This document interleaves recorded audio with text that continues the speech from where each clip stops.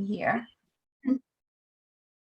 And I assume it's okay with you, Bobbie, to record this event? Yes, it is. Okay, so because we are waiting for others to join, I thought you early birds can get a little bit of a head start with us. Let us know the kinds of things you want us to kind of cover with some FAQs. What are the things that you've been struggling with writing, or some of the things that you'd like to make sure that we get to? And we can kind of put some of this in the FAQs.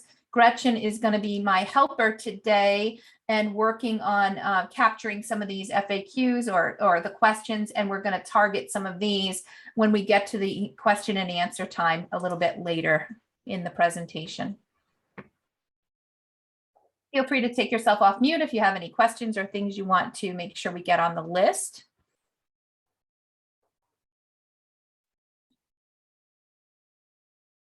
I see Bobbie, Joe, Aranda.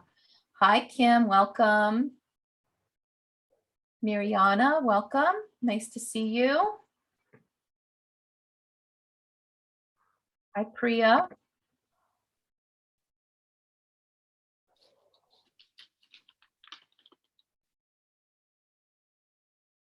Hi, April. So nice to see you. I don't miss any of your workshops when it's open for everyone. Oh, you're so kind. We love to have you. You have people from all over the world pouring in here. I know, it's awesome. I love that about our events, and it's just so nice to be able to see everyone and be able to hang out together and learn something new. April, do you have my new book cover? I saw that you sent it to me a little earlier, so I will make sure to pull it up so that we can share it during the course of the presentation. Yeah, thank you for that reminder. That's awesome.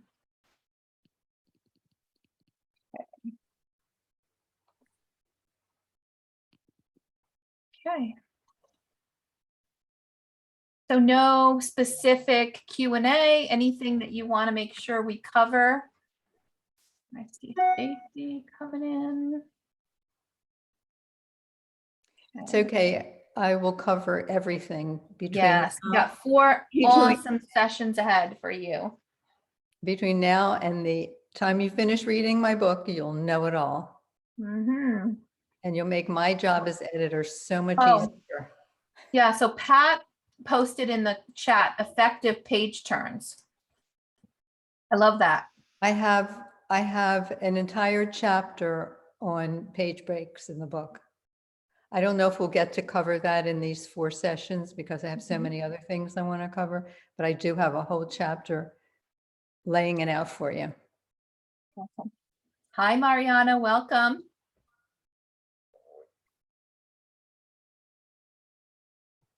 Okay, we're going to get started in just a couple of minutes here.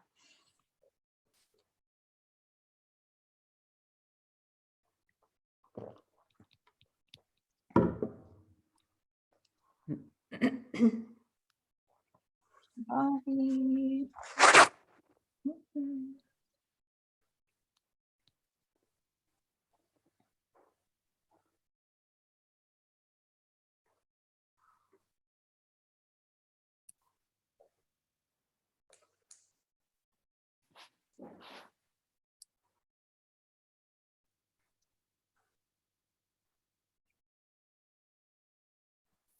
All right. Well, I think we have a lot of people, Bobbie, that are registering for the replay, and they want to be able to get in and be able to watch this on the replay. So I am okay if you are to go ahead and get started. And if we have other people filing in a little bit late, that is perfectly fine with me. Okay. Go ahead. Let me go ahead and change the view here. So hello, everybody. My name is April Cox, for those that don't know me. It is a pleasure to welcome you here today. I'm going to go ahead and share my screen. This event is something, we try to do a lot of information, a lot of events like this that will share knowledge for new and aspiring authors. I am the founder of Little Labradoodle Publishing and the creator of Self-Publishing Made Simple. And Bobbie Hinman, who is our speaker today, has been my partner in crime and has been the person who has helped to bring this kind of session together ever since the beginning. I'm going to share a little bit of information with you, a couple of slides, just to kind of as a way of introduction for those of you who don't know us. And then we're going to get right into 4 sessions, which are geared for new and aspiring authors to help them, help you to learn how to write, how to master the art of writing a children's book. So bear with me while I go ahead and share my screen with speaker Bobbie Hinman, and just a little information about me. So this is, the 4 sessions. This is the first of 4 sessions. As I mentioned, we have 11/9 today, which is at session 1. We're also going to be meeting on Thursday. So these sessions will build upon each other. We are recording them. So if you miss a session, you will have the access to the recorded session. They will also be meeting Tuesday and Thursday of next week. So 4 sessions in total with Bobbie Hinman. So I did promise you a little bit of an introduction. So my story starts as a grandma and an aspiring children's book author, just like yourself. And I was very lucky to meet Bobbie as my editor very early on. So far now we're up to 8 books in the Little Labradoodle series. And I have been I created a program called Self-Publishing Made Simple, where now I'm sharing my knowledge, and Bobbie has joined me along with many other speakers who have joined in sharing knowledge and passing this along to folks like yourself. So not only do you have sessions like this, but I hope you'll check out other information that you can receive through my YouTube channel. I have a free Facebook group for those of you who are interested in learning to self-publish, learning to write and to publish your own children's books. And the reason that we, myself, Bobbie, do this is because we don't want you to be taken advantage of. We want you to be able to have the knowledge and the support that you need to get through the writing and the self-publishing in a way that's going to make your children's book successful. So without further ado, I will introduce the woman who made it possible for me, and also is going to be here today to talk about the process of mastering the art of creating your children's picture book. So Bobbie Hinman is an author, a teacher, a speaker. She is also somebody that I count as one of my very dearest friends. She is a publisher of Best Fairy Books. She is a recipient of 28 picture book awards. She has literally written the book on how to self-publish your picture book, and now is just getting ready to release a book on how to master the art of writing your picture book. So the companion to that self-publishing book. So Bobbie, we are so grateful to have you here today, and we are really looking forward to really getting into the whole process of writing. Thank you so much for being here, and I'm going to go ahead and pass the baton over to you to do your thing. Thank you. I love being here. I love the group. I love the direction you're taking everybody in. I love the fact that April and I started with little or no knowledge of the self-publishing world. And so we like to share with you so you don't have to go through the pain that we went through. In my first book, I do tell you some of the terrible mistakes that I made so that you can laugh at me and laugh at yourself and not make the same mistakes. I found that there is a need for the actual teaching of the writing process, because so many people are writing children's books now, and it's so much easier to self-publish. But no amount of marketing is going to sell a poorly written book. So I decided to put this book together, and it took a pandemic for me to stay home and put this book together. It's 37 chapters. So I hit every topic you can think of. In the beginning, in one of the work groups, with April, I said, send me your questions because I'm writing a book and I want to know what you want to know. And a lot of people send questions. I've answered all of them in the book. I can't do all of it in 4 sessions. So what I'm going to do, I broke it down. I'm actually going to cover about 12 topics, or 3 or 4 each session, so maybe 14 topics. And the rest of them, you're going to have to buy my book to read. I think you'll want to have it. I think you'll want to refer to it. I don't just tell you what to do. I give you examples, and I'm going to do that tonight.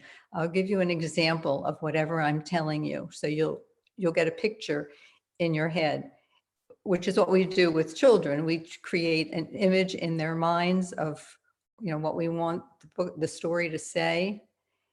And I'm going to do that with you. So we're going to start. Can we flash a picture of my book cover? Just a little teaser. Oh, hold on. Let me pull that up for you.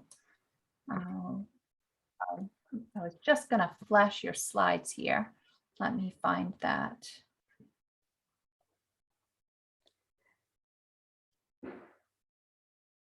So while she's looking for that, what I decided to start with is the very beginning, the very tip of the iceberg, the very first thing that you have to do.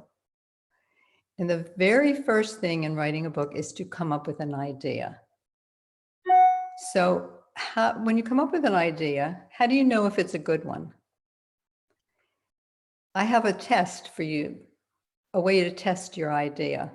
First of all, you can ask yourself, is this idea timeless? Will people care about this topic 10 years from now, or even next year? Is it relevant? Will kids relate to it? That's a picture. That is a portrait of me with my 2 kitties. I love it. They're my desk mates, so they insisted on being in the picture. So, okay. Thank you.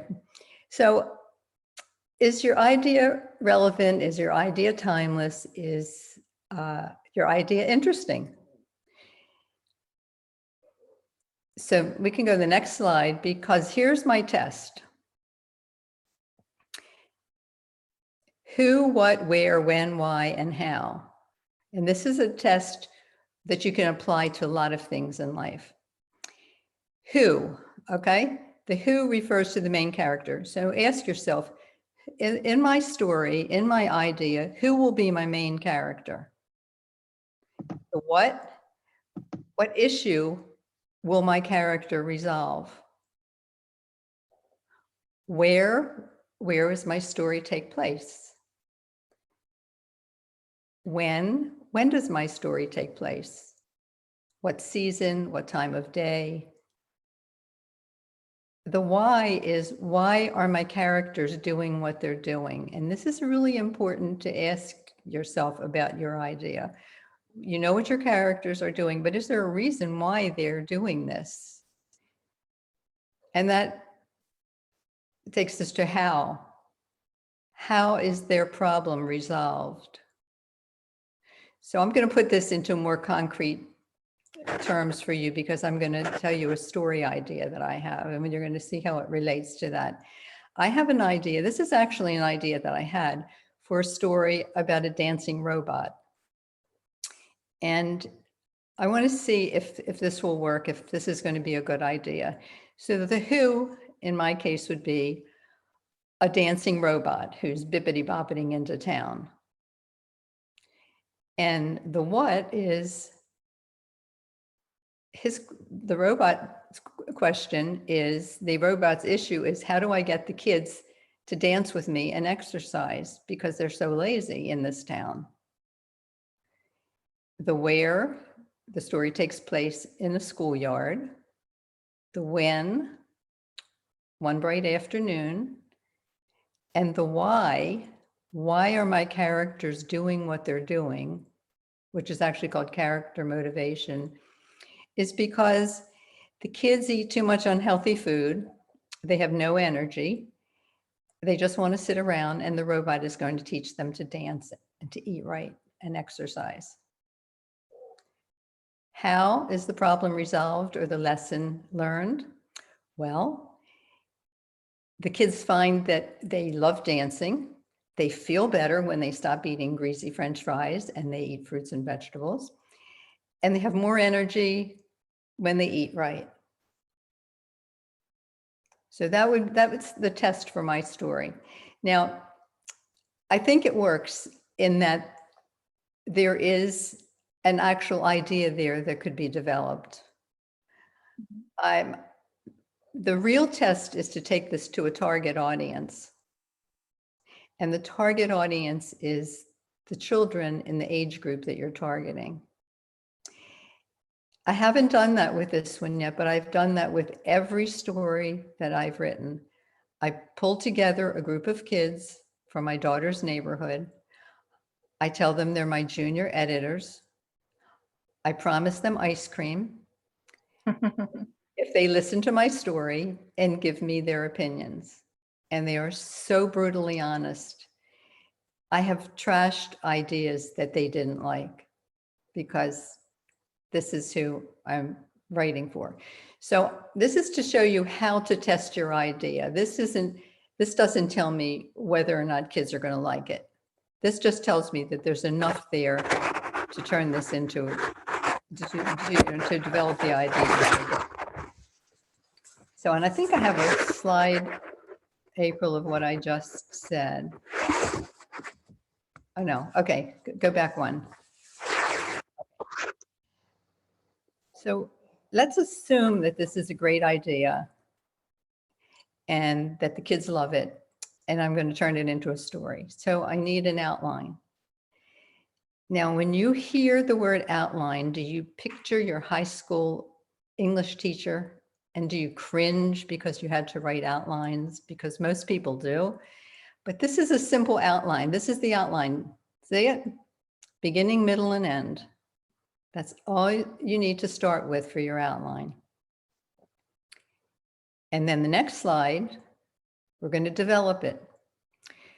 We're going to break it down in the beginning of my story. Now, if you look at this, you'll notice that the beginning and the end are shorter than the middle. The middle is meatier. There's more there. So in the beginning, I think we'll meet the robot and we'll find that he's happy. And we'll learn that he loves to dance and bippity bop or hippity hop. And I put that in there because I think I would like to use that kind of language in the book. So it's a real bouncy kind of story. And we learn that one day he dances into a new town and the kids think he's strange. So in the beginning, we meet the character and we learn a little bit about the situation. And that's the beginning, okay? The middle is where all the action takes place. We find out that the kids are kind of lazy. They're too tired to dance. The robot teaches them a few steps and they actually like it, but they're still tired. So the robot makes some healthy snacks. The kids have more energy after they ate the healthy snacks. And now they're dancing more and they're loving it. So you see there's a progression of the story. This is the situation. They're lazy. He teaches them something. They feel better. He teaches them something else. So this is progressing. In the end part of the story, the kids finally understand the connection. So there's that recognition that, oh, I got it. This is what we were supposed to learn. They realize that they feel better if they eat right. They also have this new friendship with the robot, and they have the entire town dancing. So there's your beginning, your middle, and end. And what you see right here are the basic bones of the story. Sometimes if you send a story to an editor, the editor may say, there's too much going on here, but the story has good bones. So this is what it means. It has these basics. So I want you to see how the story has developed. And now from this outline, all you need are some dialogue, some action, some narration. You have to fill in the blanks, but you have something to work with. And too many people just sit down and they say, I'm going to write my book today. So they sit down and they just write a book. And without all this going into it, you don't have the foundation. So that's what this is all about, having the foundation for your story.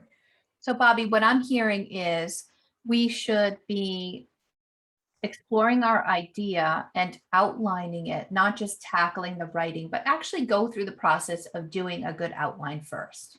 Right, right. And it sounds, when you use the word outline, I mean, I have seen people physically cringe in classes when I say we're going to do an outline. And I do remember doing dreadful outlines in all kinds of classes. Everybody did outlines in my day. But if you sit down to write, you're doing, a flow of ideas, but there's nothing holding it together. Now you can develop your beginning. You can start by developing it and adding some dialogue. The robot comes to town. Hi, kids. I'm hippity hop robot. What's wrong with you? Why aren't you dancing? Look, do this, do that. Watch this fancy step. You can add some things like that, but you don't want to add too much fluff. You want to keep the story moving forward. So you want to add enough fluff to make it interesting, enough dialogue to make it interesting, but not enough to weight it down. So if anybody has any questions about this before I go on to something else, I'd be happy to answer them. Okay. So what I really wanted to concentrate on, which is what so many people have asked me about, is the story arc. And I hear this from so many people. So this is what I really wanted to concentrate on tonight. This is the arc of the story. Now, if you look at it, you see that the beginning and the end are short. The beginning is also called the exposition. And then there's the arc that carries you through the story. You see that the rising action takes longer than the falling action. So let's look at the parts. The exposition is what establishes the beginning of the story, the beginning of the arc. And this is where you set the scene and you set the mood. You introduce the main character, and this would be where we meet the robot and the kids. But it's important that I said the word mood. You can set the tone or the mood of your story with the words that you use. Did your mother ever say to you or your teacher, don't use that tone of voice with me? Well, you can hear through the characters' voices what their tone is, what their mood is. You don't want unpleasant, nasty characters. Your voice, you may say, well, I'm not talking, the characters are talking. But that's your voice coming through your characters. So what you are putting into your dialogue is coming from you to your audience. So you want to gear it to the age group that you're targeting. And for picture books, you're targeting the 4 to 8-year-olds. You don't want to say anything that's rude and nasty.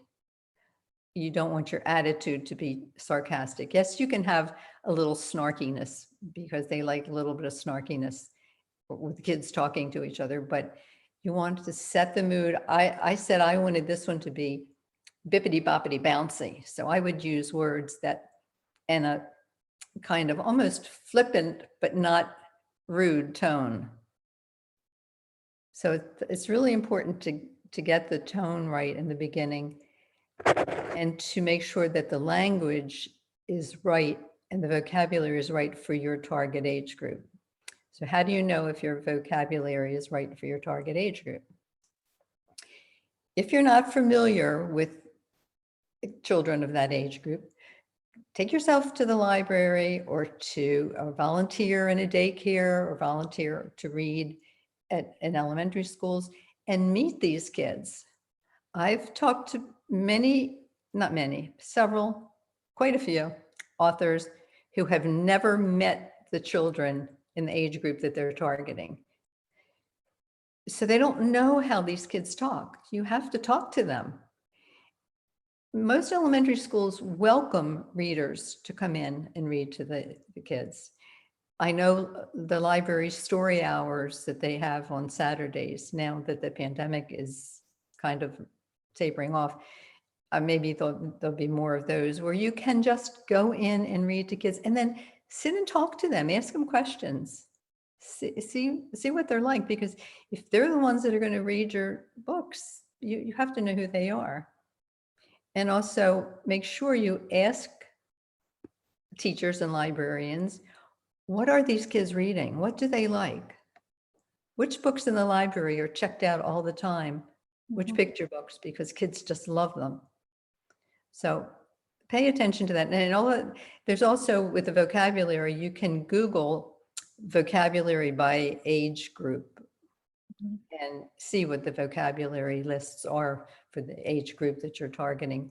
So you don't overload them with 4-syllable words that they can't pronounce, and you don't talk down to them. Bobbie, when I did my first draft, and I have 4 grandkids, so they're always my first ones to read it to. And they're also very honest. And when I read through and I started reading, you see their body language and they're like all over the place looking around. And I'm thinking, what is wrong? Why aren't they just paying attention? How much sugar have they eaten?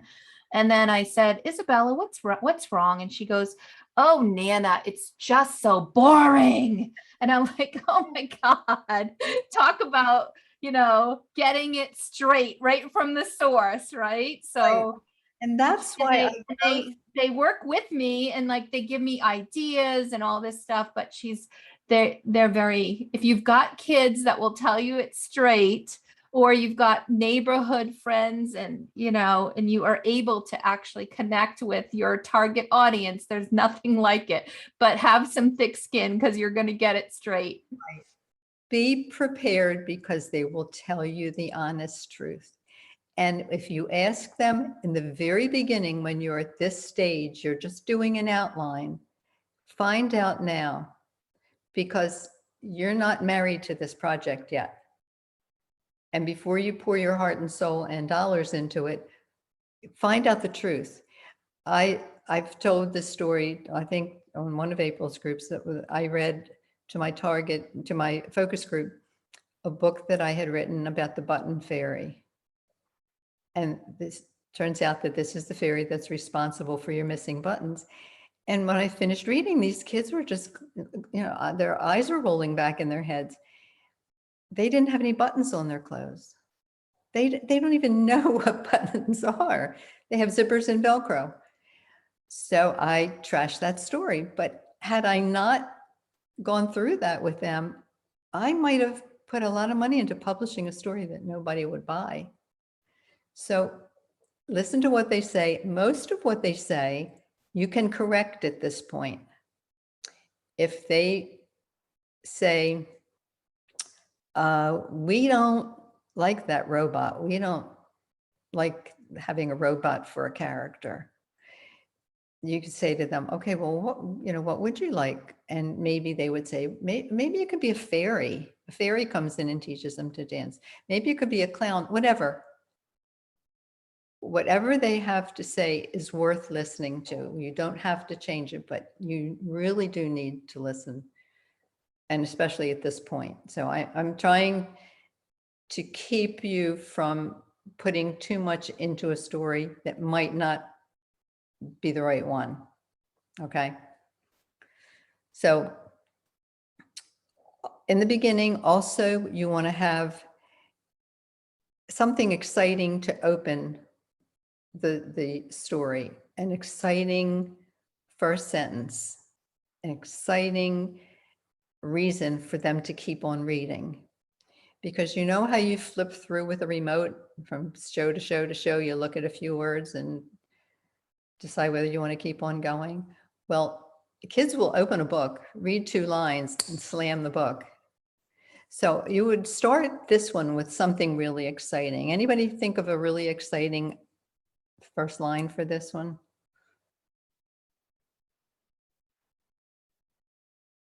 Yeah, feel free to take yourself off mute if you want to just toss out some ideas. Well, why not something with dialogue, like somebody, whatever other character you're going to have in there, or one of the kids sitting in the playground saying, is that a robot? And you see, the kid screeching, is that a robot? No, that would be the first thing you would read. So if you're reading that and you're 5 years old, you're saying, is that a robot? That draws them in right away. So questions are always good to bring them in, or just something really kooky and interesting. So get them in right away, and then they're introduced to the characters. The next thing, now, if you look at that chart, you see in the story arc that the beginning has the introduction of the characters and the action and the situation. The action goes from the beginning through the middle and all the way up to the story peak. And throughout, this is where you're using the characters to develop the conflict. This is where the struggle is in a story. This is where the children are trying to exercise, but they're too tired. Trying to eat right, but it tastes awful. Trying to give up their French fries, but they miss them. Mommy, I miss my French fries. And they keep trying to dance, but they're trying and struggling. And then they get to the story peak where we're about to resolve the conflict. And all of a sudden they realize, hey, we do feel better. And this is the story peak. And this is the climax. They do feel better. It's not the end of the story. It just shows you that that's the end of the action, the forward action. Bobbie, could I ask a question about this? I know with regard to like the conflict, is it important with a children's book to have like multiple tries at something before they get it right? I was going to say that next. You notice I mentioned several different things. I threw in eating the French fries and adding more fruits and vegetables. And some people say that you have to have 3 tries for every situation. That's not really mandatory, but you have to show several times that they're trying to do something.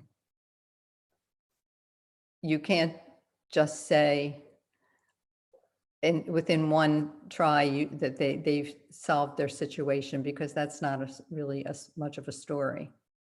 So you want to have them 2 or 3 times repeating and each time it gets a little bit more forceful. Each time they try a little bit harder to do whatever it is they're trying to do. And once they resolve that, you have what's called the falling action. That the story hasn't ended yet, but you have to say something that leads into the end, something that heads them toward the end of the story. They could all be getting together and seeing how much fun it is for everybody to dance. And they could all be dancing around. And it could be one simple sentence for the ending. It could be something like, the entire town is dancing. Period, end, it's finished. So the end is very, very short. You don't want to drag it out. So this is a really important little chart to look at when you're doing your story. You should be able to take your story and actually see in your story where the energy is, where the action is. It's up at the top. That's it. We got it. And we're coming back down. Now, one of the stories that I like to use to explain this is Willy Wonka and the Chocolate Factory, because he starts out and the situation is that he wants to win. He wants to find the golden ticket, and he finds the golden ticket, and then he gets into a contest with 5 other people because everybody wants to win the chocolate factory. So as the action rises, one at a time, these obnoxious kids that were in there try to win Willy Wonka over. And one at a time, they're ejected out of the building. At the top, Charlie is the one that has the golden ticket, and he's left, and he wins, and that's the end. So every really good story has this kind of arc to it.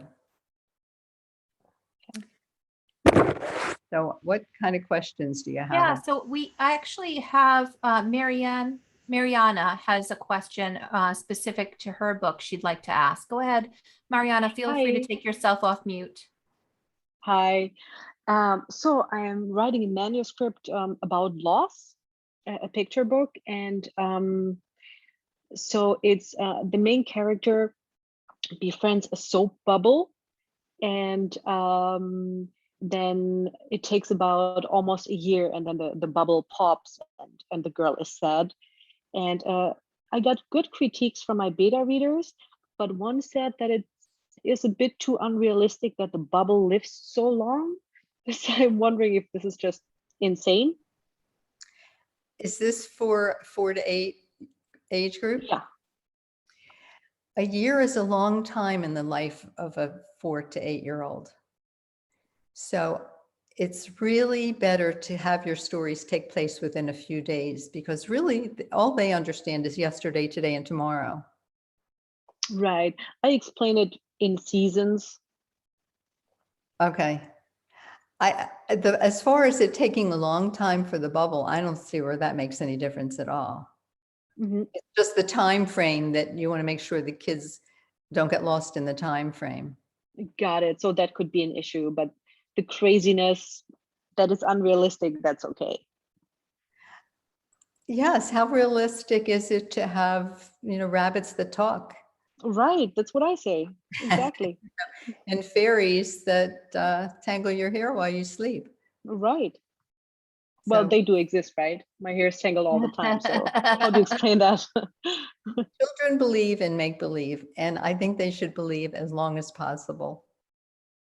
I couldn't agree more. Your main character does not have to be a person. It can be a talking animal. It can be a trolley. It can be a rock. So, yeah, but just watch the time span. You don't want to, in the picture books, you don't want to say a week later they did such and such, or a month later. And you don't want to go back in time. You don't want to say a year ago they did this, or back when your mother was a child. They don't understand any of those concepts. Makes sense. Thank you. Yeah. You're welcome. Does anyone else have a question you'd like to ask? Feel free to take yourself off mute.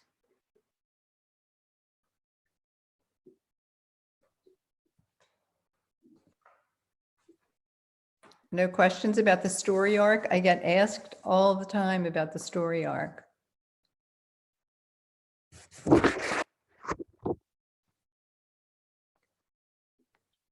Bobbie, are you having trouble with your microphone or something? Because I've got a lot of background noise. I had a piece of paper there. Oh, okay. Okay. Okay. I didn't know if it was a kitty over there. I don't know where they are. I know your kitties are always nearby. Okay. Oh, okay. I think we're good. I would like. Antoinette is asking, is the story arc the same for middle grade books? Yes and no, because middle grade books are chapter books. Mm-hmm. So a lot of times you have an arc in each chapter leading up to the main arc where the story is headed. So yes, there is always a story arc in movies, in books. There always is a story arc, unless you're writing a nonfiction book. But it's different.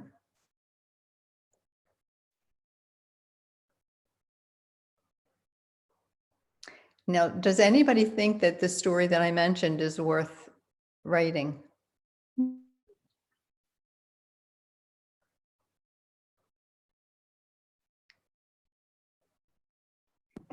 Yes, I think it's cute.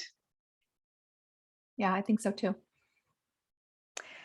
Actually, it was 2 robots coming to town in my original story. But one of the problems that I had when I haven't read it to any children, but when I mentioned it to them, they just kind of rolled their eyes at the idea of eating right and exercising. Okay. So we have a question in the chat from Kim Hirsch. She's asking if there are any suggestions for a type of choose your adventure early chapter book. Would she just use the same story arc multiple times in that kind of choose your adventure story? I mean, a different adventure in each one? Maybe, Kim, if you wouldn't mind taking yourself off mute, maybe you could kind of explain a little bit more about the example.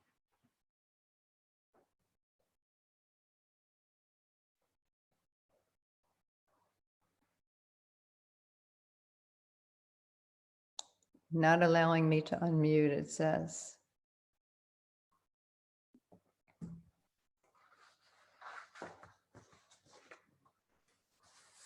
I'm asking, I just clicked ask to unmute. So you should have a notification there, Kim, that allows you to click on it and unmute yourself.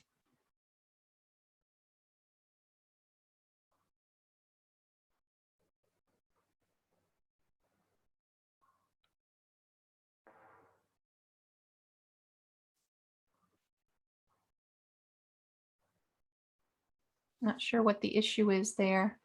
That's what it sounds like, is that, you know, it's choose your own adventure, meaning go to this page if you think they should do this, go to this page if you think they should make this choice.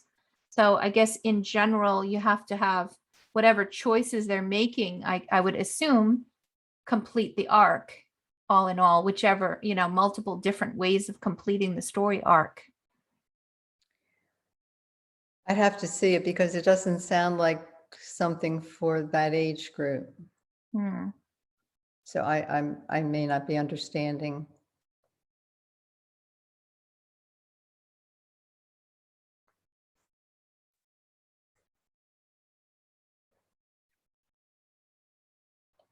Oh, she's saying, yes, that's right. What, Um, that's right.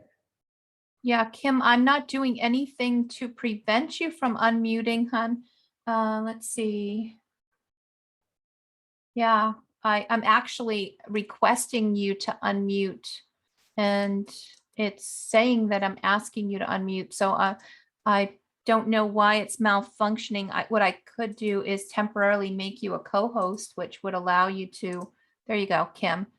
That should resolve the issue.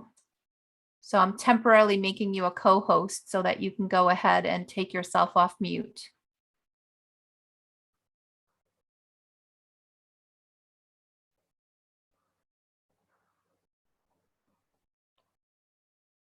Okay, she's saying she doesn't want to hold up the call, so we can move on. But she said, yes, that's right. There would be multiple arcs, but we can, and you can feel free, Kim, to reach out and we can chat through it further with Bobbie at another time, or she's saying it's still not working. I'm so sorry. Maybe she can just disconnect and reconnect. Possibly, yeah, because I'm not seeing other people having that problem. I'm sorry about that. There's a book, I haven't read it, but I've seen it. It's called What Would Danny Do?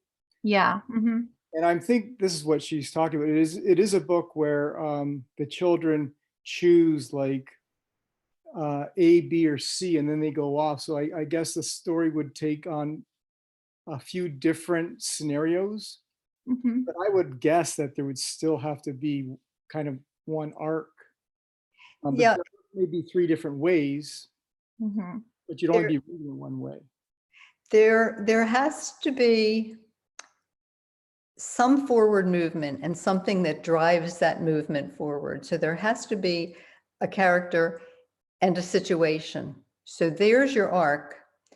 But if it's something very short, it would be a short arc. It wouldn't be 3 tries for each page, because that would just be dizzying. And there are some types of books that don't lend themselves, there are always exceptions to the rule. There's some types of books that just don't lend themselves to this kind of a layout. If you're writing a book about sea creatures, and every page you tell a little story about the sea creature, this is a lobster and he does such and such, and this is a shrimp and he does this, this isn't going to fit. But if you are telling a story, one story in your book, if you don't have this rising action, there's nothing to keep the kids interested. There's no story there without it. It's a flat line. So for most picture books that you're going to be writing, this is the way you need to go. Yeah. I know that book really, really well because I read it to Jax, but I don't know anything about story arcs, so I can't describe like what it, how it does that, if it does that, but it's basically based on the choices that he makes and then the natural consequences that come along. So he's like at a crossroad, and if he chooses, let's say he spilled the lemonade or whatever, and if he chooses to be polite and help, and then the story goes down this road, and if he chooses to yell and scream, then the story kind of goes that way, and that just keeps happening throughout. So and then it does get to like the end of the day. So it's a day in his life. Okay. Yeah. It sounds like an exception to the rule, but it does sound like each action has to have something to make you want to turn the page to see what the resolution was to that one situation. Yeah, exactly. That's kind of everything that he gets to choose. Then you see how that affected like the next step. So I guess that's what makes it really interesting, because you want to see like, oh, he did this, so how did that affect his day now? Right. So this is more like mini cliffhangers. Yeah. But exactly. That will also drive the story forward.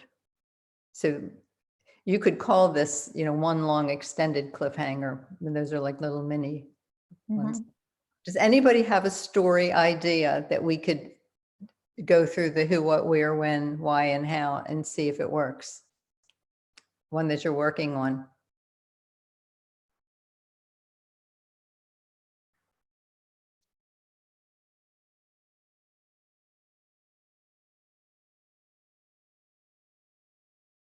Well, I have another one that I'm working on, but I'd rather have one of yours. Come on, if you're working on a story, let's see if it fits. Let's see if your idea fits.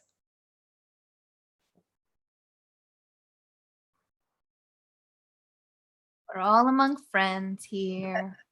No, I just don't have one. I would, I want to do one about divorce, but that's all I know thus far. So I don't think that's enough of the who's, the what's, the where's, and the when's.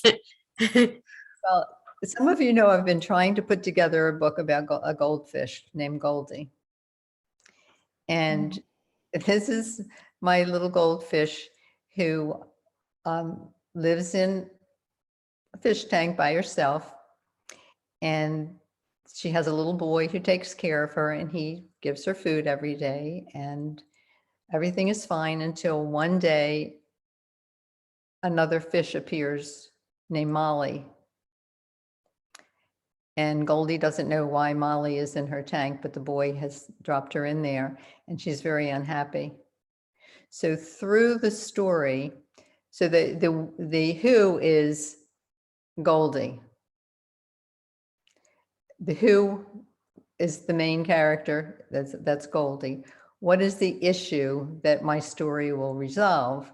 Well, my issue is that there's now Molly living with Goldie, and Goldie doesn't like it because she's used to eating all the crumbs herself and swimming where she wants to swim. And she doesn't like Molly and being in there with her. So the where is, where does the story take place? It takes place in a fishbowl. And the when, it just takes place in any period of time, in the house, it doesn't matter. And why are the characters doing what they're doing? Well, Goldie is being rude because she doesn't want to play with Molly. Molly is being sad and mopey because she's lonely. She doesn't want to be in there by herself. And the how is the problem resolved or the lesson learned? So how would any of you resolve this problem?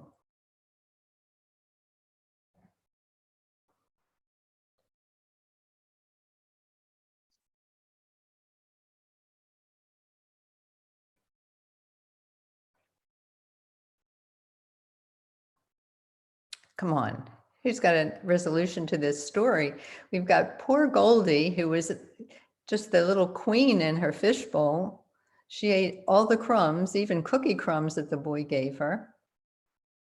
Molly's there, they're not getting along. Molly is sitting in the corner, swimming in the corner. How do we resolve this?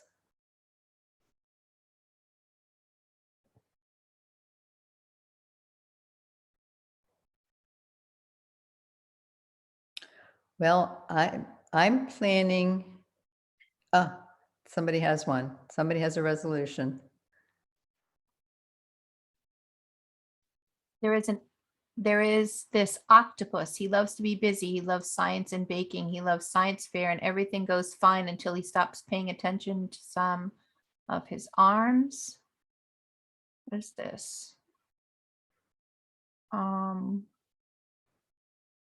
Oh, this is a different one. a new story altogether. Okay, well, let's hear it. But I'm interested in what happens to Goldie. We can take this one next. So resolution for Goldie, somehow they need to learn how to get along. Well, actually, the two fish realized that they came from the same pet shop. So that was their history in the pet shop, and they know all the same fish, and they remember all the same people in the pet shop that took care of them. And they decide that it's fun to swim back and forth, and Goldie decides to share the cookie crumbs with Molly, and they decide that two are better than one, and that's the end of the story. Awesome. Yeah, I think it's getting there. I've been working on it on and off for a long time, but you have to take the time to go through all of this before you realize if there's enough there. There was not enough there for my goldfish story 6 months ago. It just wasn't there. Now there is enough there, and I think I could continue. They're in the same goldfish bowl?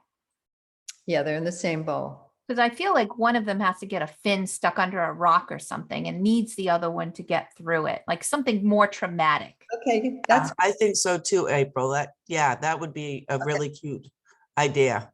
okay. See, I haven't really developed it, but Yeah. that's how you see before you write it out. I mean, I could have, if I Mhm, didn't know better, I could have written the rest of this already. mhm. And then I'd be stuck because I didn't have an ending. So this is perfect because you see that until you get all that out and on your outline, you don't have a story. You don't have all Yeah. the bones. And the other one is a story, but it's just not as impactful. Like, why should the other one's like, oh, am I going to leave her there? No, of course not. Something's like really the other one has to be really in trouble for them to like break that barrier, Mhm. So I just feel like that. And I think there's always with our stories, there's an okay storyline. And then when you dig deeper, there's a much better. And then there's even probably a much better than that, Right. when we And- go through that development process. And I one would of, make it even more symbiotic. For example, when the other fish helped Finn still painful, and the other fish couldn't really do everything it did, and then original goldfish realized how much it was helping in some other way. Just symbiosis, mutual, beneficial, Mhm. something. right. But the important takeaway now is that I wanted you to see how you have to have it, how much you have to have worked out before you can sit down and put the dialogue in. It'd be silly to put all the dialogue in this because we don't know where it's headed. Right. And truthfully, the one that I started with, the dancing robot one, I think is a very boring story.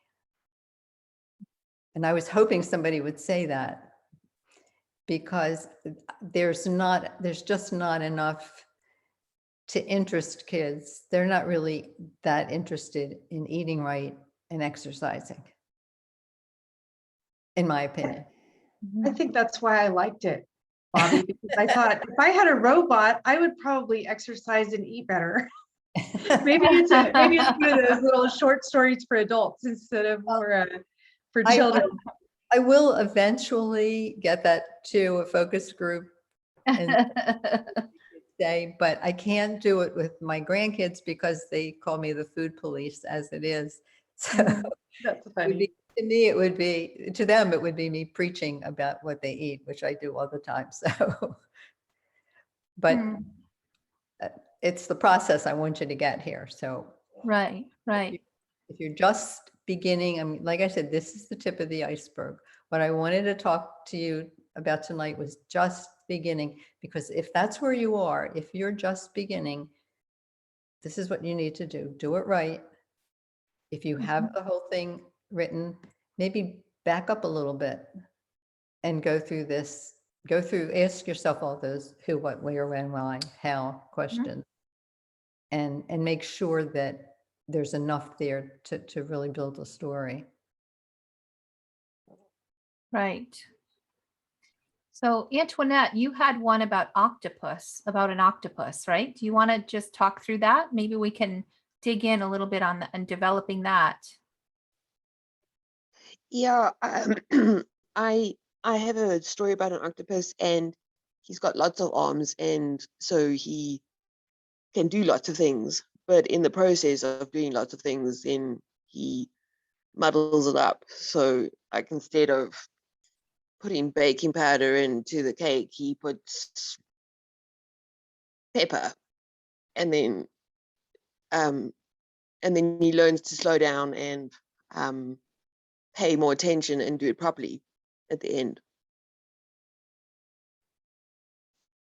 Because I thought you could have a lot of fun with an octopus who doesn't pay attention to what he's doing, but he's doing like a lot of different things at the same time. So almost like he doesn't know what each leg is doing, or arm. Are they arms? I think they're arms. Well, he doesn't know what he doesn't know what each leg is doing, and then so he has lots of disasters, and then he learns to slow down and pay attention to each of his 8 legs. Interesting. I think it's a cute idea. Yeah, that could be fun. And it could be really silly. It could be Really- silly. It could get to the point where it's reaching the story peak where he is just, his arms are all tangled together and then he can't move because he didn't pay attention to what each one was doing. So altogether, it's just not working. I think that could be a really funny illustration. He may end up tied up into a tie, Yeah, something. yeah. Is this a story that you're working on? Yes. Yeah. I've done a couple of illustrations with himself, getting lots of fun illustrations with himself getting into knots with like a science fair, and then presumably a friend coming along and untying him, and then he sort of says, "Oh, I wish I was just like everyone else," and then he learns that it's okay to be himself and to manage his 8 tentacles. So what is the lesson that he's teaching? What lesson do you want kids to take away from this book? I want them to appreciate themselves as they are, to appreciate that they're different and they can fit in without feeling bad about how unusual they are. Okay, and how about, and to learn to pay attention? Because I think that Yes. that's a very simple lesson that kids could learn from this. Just pay attention to what you're doing. Mhm. If not, you're going to end up, scattered all over the place or all tied up in knots. But I will caution you about the illustrations. Don't have your book illustrated until you have the story edited. So are you doing your own illustrations? Yes. Oh, okay. Well, don't be tied to them. Don't let the story depend on what you've illustrated. Get the story right before you get the illustrations right, because if you find that you're going to have to, that you're writing your story to fit the illustrations that you've done, you might not end up with the best story. That's just a little warning. I've seen it happen too many times. I have that's great tips, Bobbie. I have a couple of questions. One of them, you mentioned the word lesson. What's the lesson that you'd like to learn? And it just made me think, when we're, creating our outline and things like that, should we be thinking about what's our goal with the story as we're putting our outline together? What do we want people to get out of it? Well, it doesn't necessarily have to be a lesson, but you want to know up front before you publish this, what children are going to take from it, because they will take something from it, whether it's a lesson or just an amusing story. And that's what the focus group will help you with. What do they take from this? If it is a lesson, if you want them to learn something, make sure they're learning it from the characters. You're not telling them the lesson. You're not preaching it. The narrator isn't telling the lesson. They're seeing, oh, Johnny pulled that cat's tail and now the cat bit him. I mean, that's not something I would put in a book, but that's just showing them cause and effect, but that's how they learn the lesson, by watching what the character did. Oh, the character did that, and it wasn't a very good outcome. I know I shouldn't do that. They learn that, but if the narrator says, you should not do this, kids just tune out. They don't want to be preached to. Yeah. Samantha's commenting, with illustrations, she feels like they pop into her head even before the words. And maybe that's just because she's an artist. That's the illustrator in her. She sees the images. She sees the story unfolding in images. Is, as an author illustrator, that's part of her process. Is that okay? And how do you advise someone who is an author illustrator to also work through that story arc as well, Bobbie? By doing just that. I mean, you can draw as many pictures as you want. And actually, if you're the illustrator, if you need an extra one, you're not going to have to pay somebody to do it. So that's good. But realize that maybe they might not all work, and don't base the story on a cute illustration. Get the story right. And make sure, if you don't just keep cute illustrations and then have to change the story to go with the illustration because you like the illustration so much. And my words to authors are always, don't fall in love with your words. I guess I should say, don't fall in love with your illustrations, because you have to be willing to give some up if the story doesn't go in that direction. Yeah. Yeah, and Mariana is saying that she also feels the same way, and she's not really an illustrator, but she does visualize the story in the same way that an illustrator does. Yeah, and that's fine. Mhm. That's fine.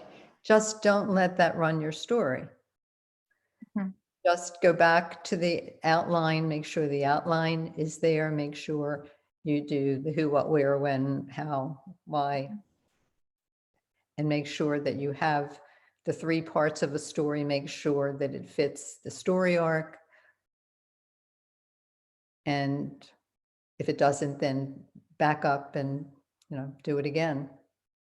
And don't think that you're a failure if you have to trash your first copy of your story, Mhm.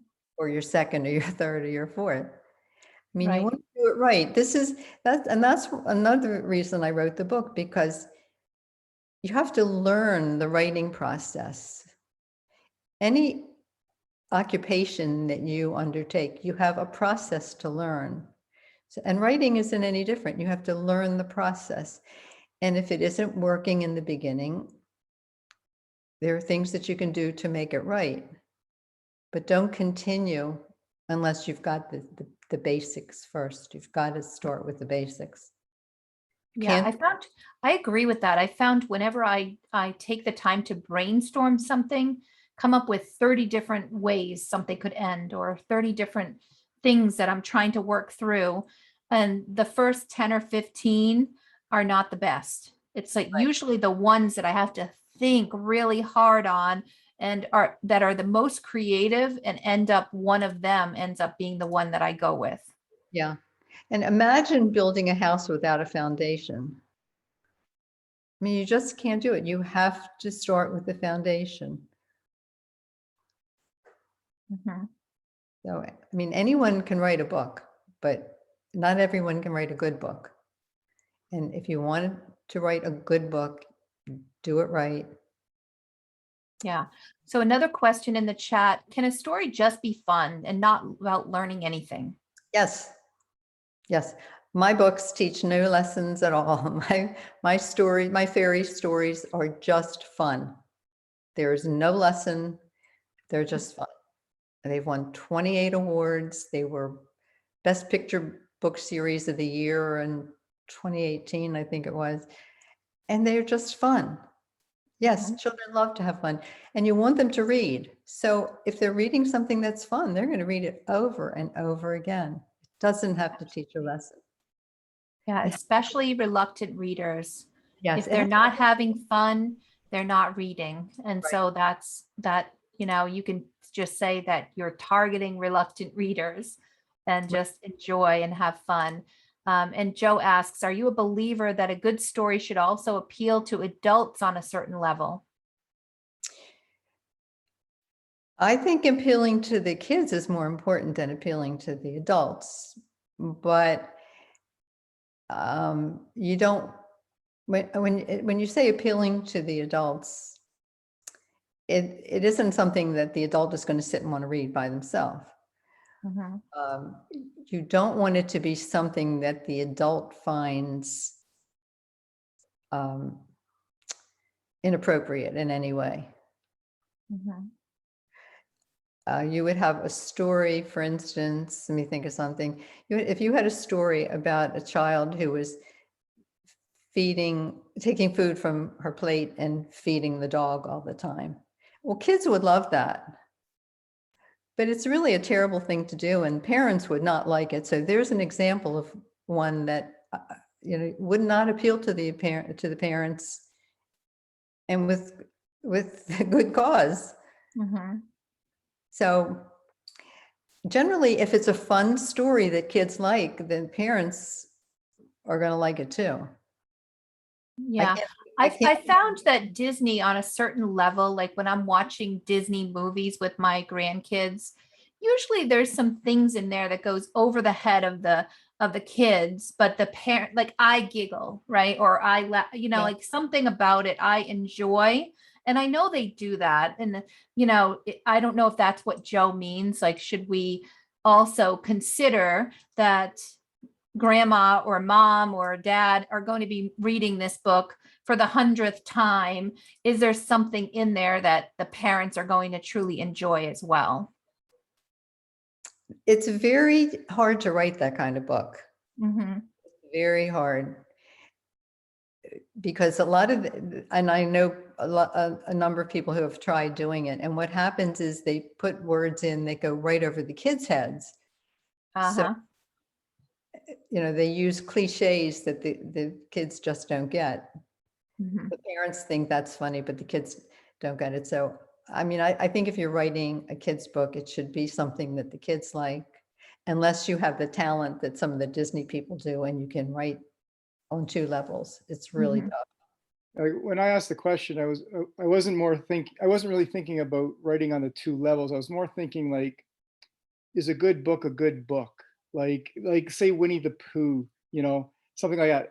I would be engaged as an adult reading that or watching it just because it's such a good story, right? Versus a book that a child would like maybe, but an adult would think is an awful book. Do those books exist that an adult would think is an awful book, but a child would think is a good book? I'm trying to think of something that adult would think. I'm sure it exists.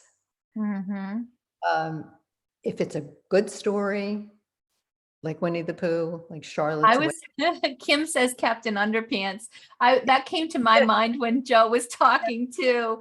And Winnie the Pooh is a classic. Like we do need more classics. I would love to see us all create beautiful classics, but there is certainly reluctant readers everywhere are like hailing Captain Underpants, and parents like myself of kids with ADD and reluctant readers who wouldn't read otherwise that have discovered Captain Underpants and are reading that and never would.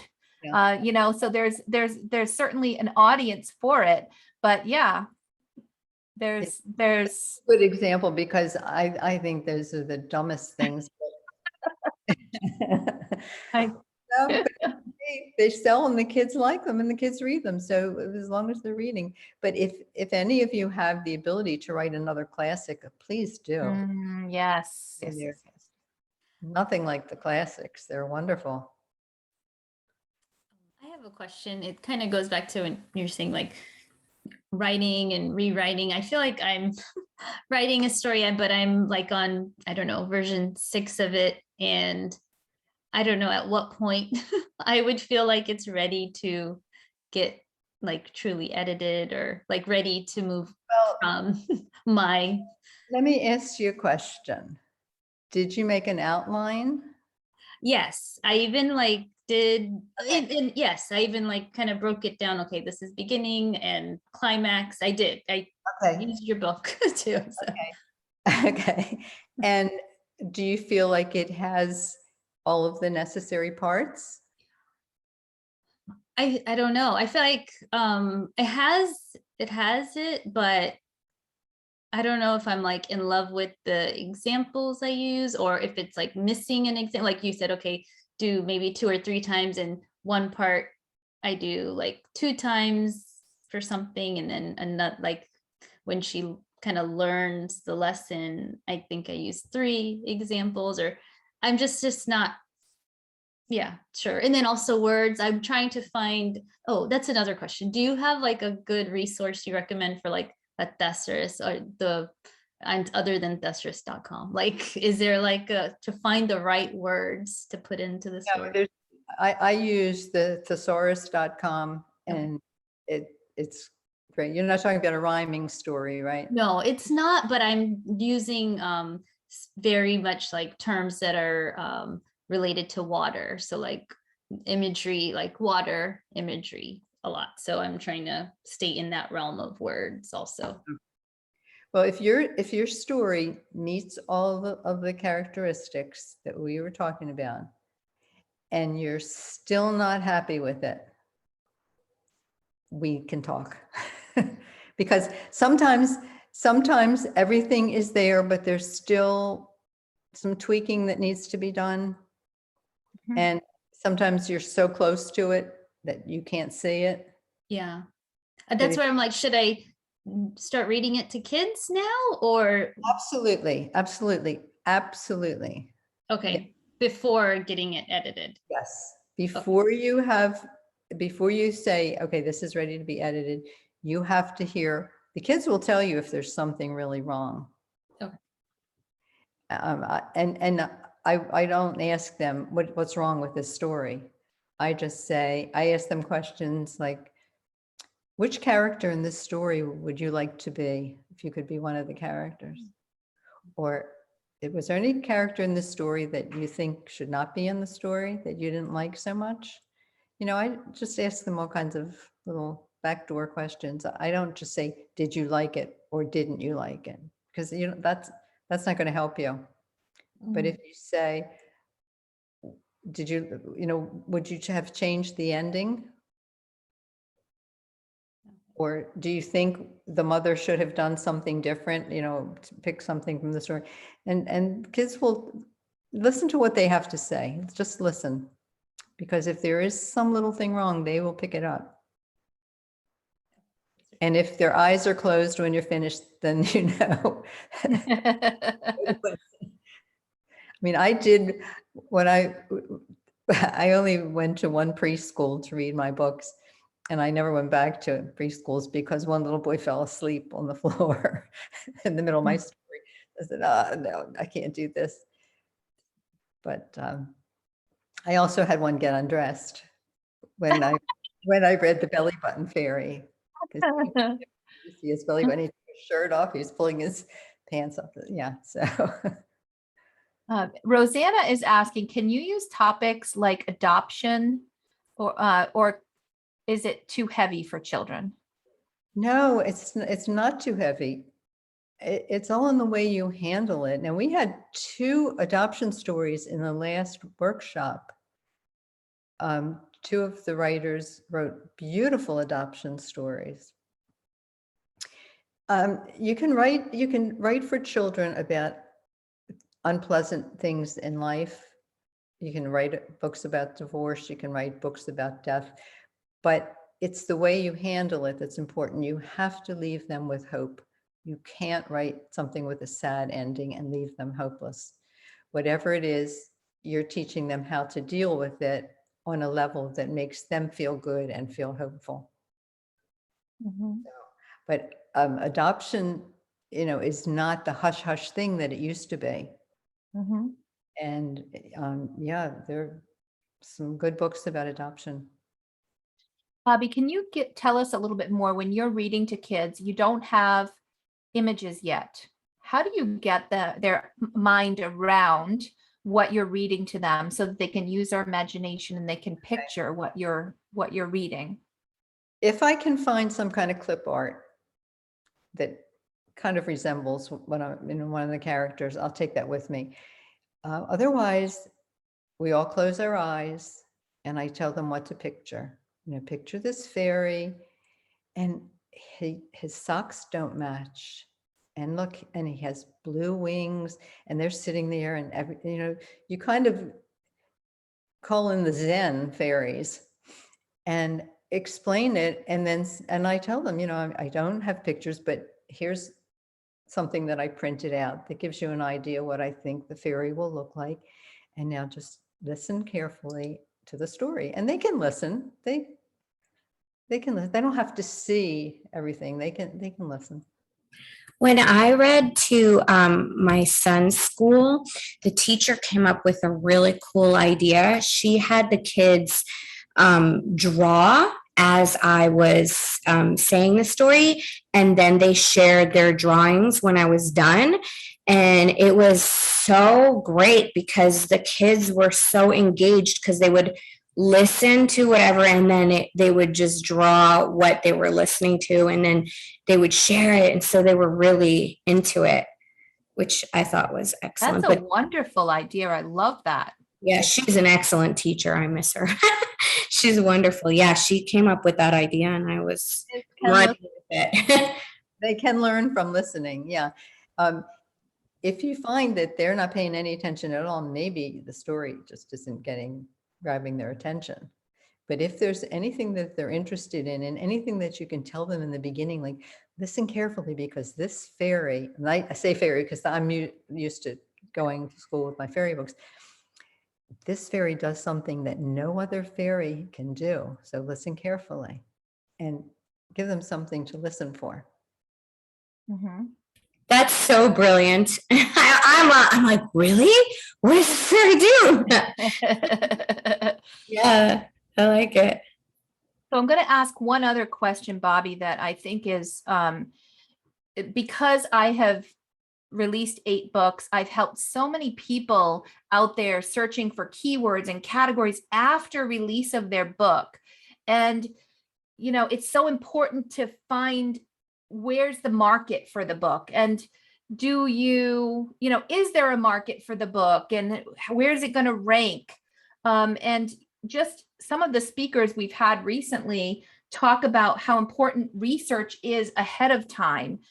So that you know, is your niche, is your topic oversaturated? So I know we didn't touch on that, but I just wondered if you could kind of speak about it. Should these things also be a part before you start outlining things? Should research play a part before and or during or after this process takes place? Yes, and I actually have a chapter about that in the book. And yes, you need to read, you need to research the topic to see if there are other books on that topic. And then you may find that there are so many books on the topic. Well, then that tells you one of 2 things. Well, it's saturated. I guess I'm going to find something else. Or, hey, this isn't exciting. There's so many books on this topic. But what then you have to do is come up with a different approach to that topic. So if it's a highly popular topic and people are going to be searching for it, maybe you want to join in and be part of that feeding frenzy, but come up with a different twist. Or that's what you have to weigh that with, already done, I can't do that. I don't think you're going to find anything that hasn't been done these days. Right. You know, it's really hard to come up with something. Mhm. But look how many companies sell white bread, you know. Yeah. That was, you can tell, I mean, when I researched my fairy books, well, I researched fairy books to see if there was anything like mine. There are hundreds of thousands of fairy books. So I had to come up with something that was totally different. Mine are fairies that I blame for life's mysteries. And nobody had a fart fairy. Nobody had a belly button fairy. I found books about the toothed fairy, so I didn't do that one. I didn't write one of those. But I thought, well, when people Google fairy books, my books come up. Mhm. So but you do need to know what's out there, because if you think that you are the only one that ever wrote, let's just say, a story about a goldfish who's unhappy in her bowl, I bet there are others. Mhm. And then I would want to see what they were. And if one of them was highly popular, I would want to see what it was, but be careful when you look at one that's highly popular and don't find yourself pulling from that story. Make yours different, make it special, make it shine. But that you really should do that with your idea before you even start with your outline and your filling in your story arc. So we're going to wrap up now because we've got just a few more minutes. What are we going to be covering on Thursday, Bobbie? Well, my cat was laying on the piece of paper that had my next class. Let me just pull it up here. So how about this? I'll pull up the agenda for next week.